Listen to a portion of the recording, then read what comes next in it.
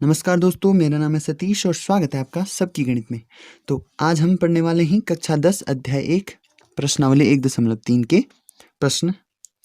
तो कुल 3 प्रश्न ही। अगर मैं एक प्रश्न करूंगा तो आपको दोनों प्रश्न आ जाएंगे, ठीक है। तो चलिए पहले प्रश्न पढ़ लेते हैं।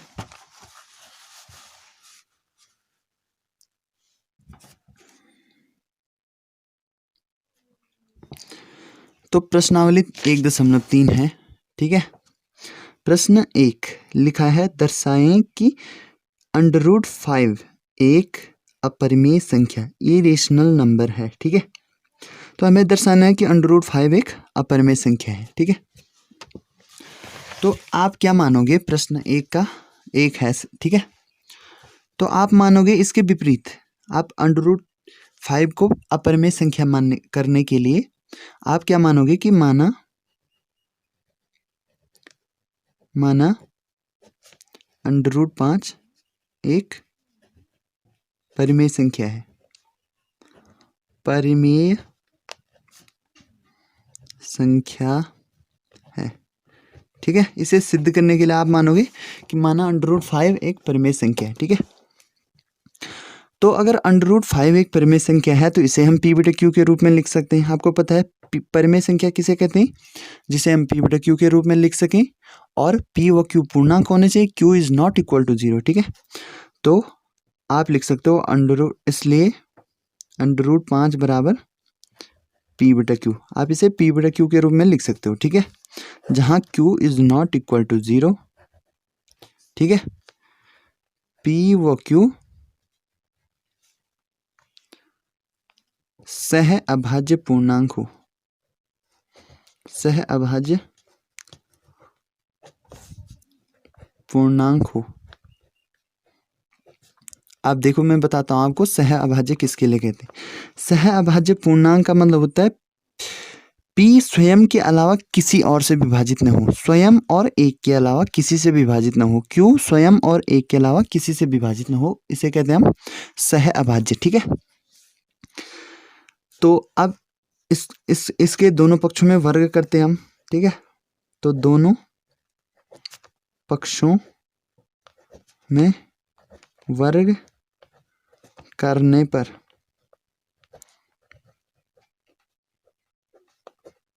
अब देखो, आपको पता है परिमेय संख्या के यहाँ और यहाँ एक के अलावा कोई भी गुणनखंड नहीं है, उसके स्वयं के अलावा, ठीक है। जैसे माना एग्जाम्पल के लिए 5/3 यहाँ पे लिखता हूँ मैं, 5/3। तो इसमें 5 और 1 के अलावा कोई गुणनखंड नहीं है, ठीक है, ऊपर में। और नीचे 3 और 1 के अलावा कोई गुणनखंड नहीं है। तो आपको पता होना चाहिए इसमें 1 और स्वयं के अलावा कोई गुणनखंड नहीं होना चाहिए, ठीक है।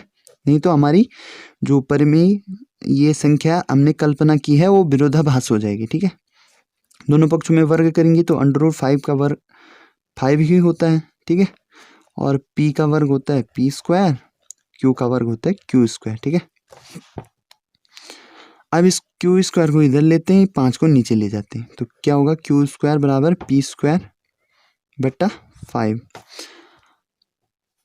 अब देखिए, आप लिखोगे कि 5 जो p² है हमारा, p² को विभाजित करता है, विभाजित करता है। अतः देखो, 5 जो है p² को विभाजित करता है, तो जो 5 है वो p को भी विभाजित करेगा। देखिए, 5 अगर 36 को विभाजित कर रहा है, मतलब कि 6 के वर्ग को विभाजित कर रहा है, सॉरी 6 के वर्ग को नहीं करता हूँ, 10 के वर्ग को विभाजित कर रहा है, मतलब 100 को विभाजित कर रहा है, तो 10 को भी विभाजित करेगा। आपको पता है 5 अगर 100 को विभाजित कर रहा है तो 10 को भी विभाजित करेगा। इसलिए अगर 5 p² को विभाजित कर रहा है तो वह p को भी विभाजित करेगा, विभाजित करेगा, ठीक है, जो कि विरोधाभास है। या फिर आप लिख सकते हो, इसलिए जो ये 5 है वो p का गुणनखंड है, तो p 5 का गुणनखंड है, आप ये लिख सकते हो।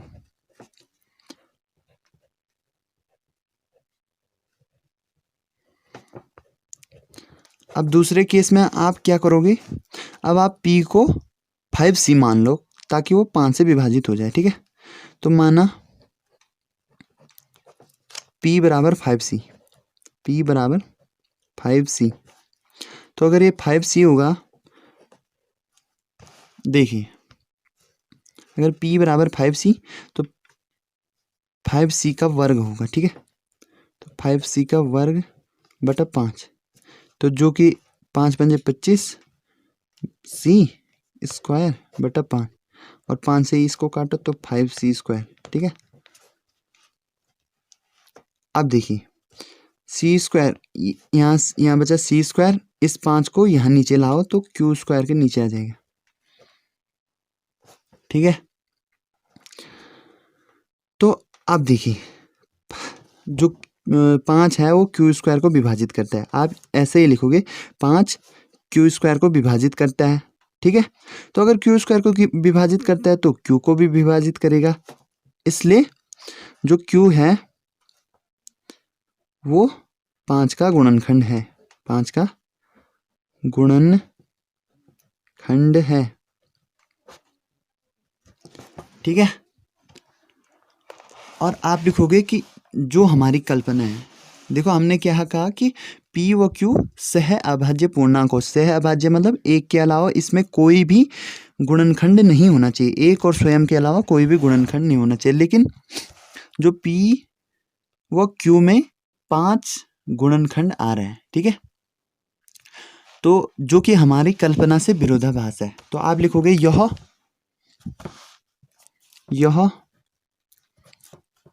हमारी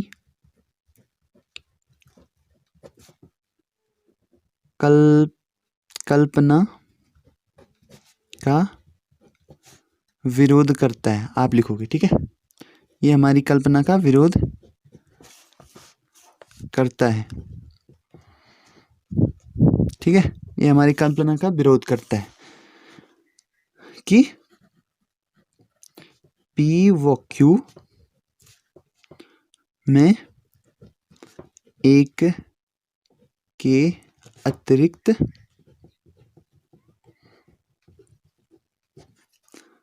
कोई गुणनखंड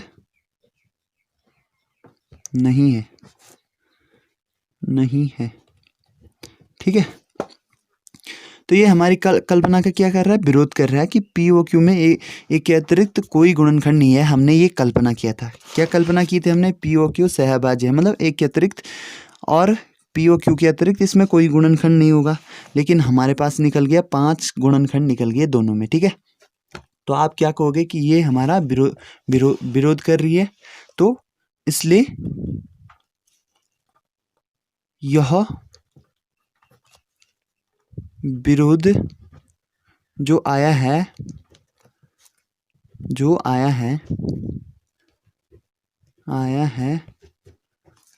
ठीक है, वो हमारी गलत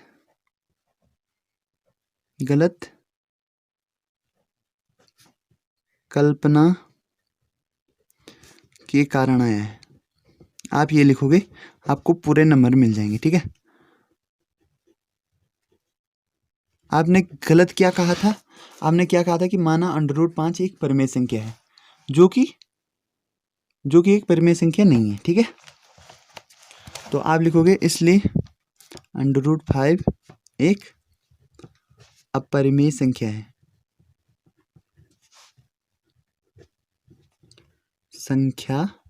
है, ठीक है।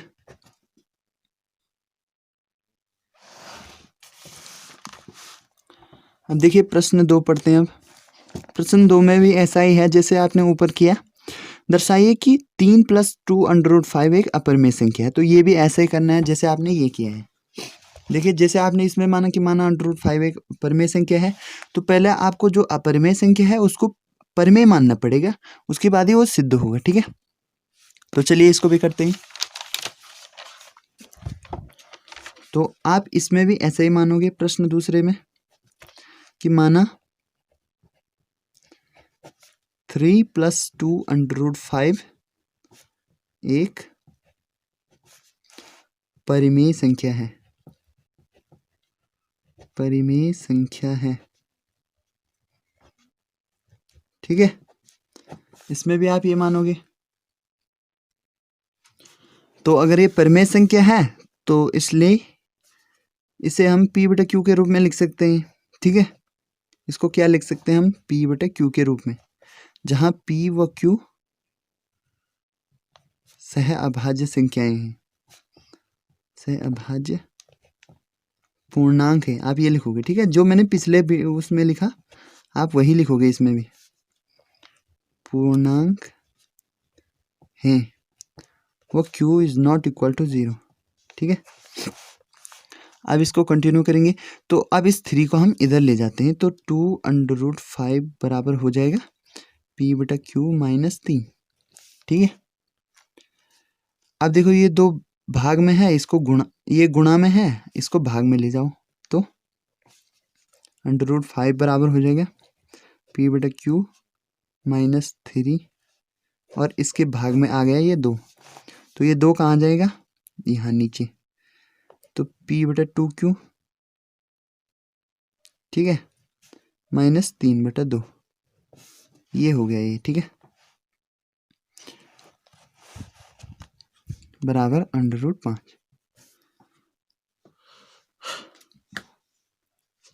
अब ये लास्ट सिचुएशन है, ठीक है। अब आप कहोगे जो दायां पक्ष है, ठीक है, दाएं पक्ष में P व Q पूर्णांक हैं और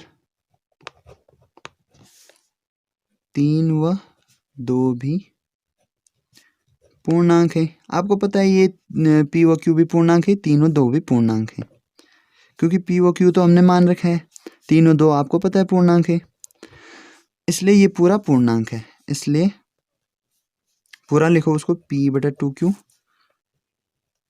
-3/2 पूर्णांक है, पूर्णांक है, ठीक है। अगर ये पूर्णांक है, लेकिन बाएं पक्ष में, बाएं पक्ष में √5, सॉरी, इसलिए ये परिमेय संख्या लिखोगे आप, ठीक है, परिमेय है। और बाएं पक्ष में जो √5 है, बाएं पक्ष में √5 एक अपरिमेय है, अपरिमेय संख्या है, ठीक है। तो बाएं पक्ष में अपरिमेय संख्या है, तो आप क्या कहोगे कि यह हमारी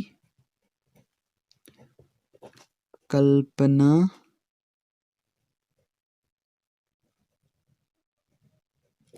के कारण विरोधाभास आ रहा है, ठीक है, विरोधाभास आ रहा है, इसलिए जो ये पूरा है 3 + 2√5 एक परिमेय संख्या नहीं है, 3 + 2√5 एक अपरिमेय संख्या है,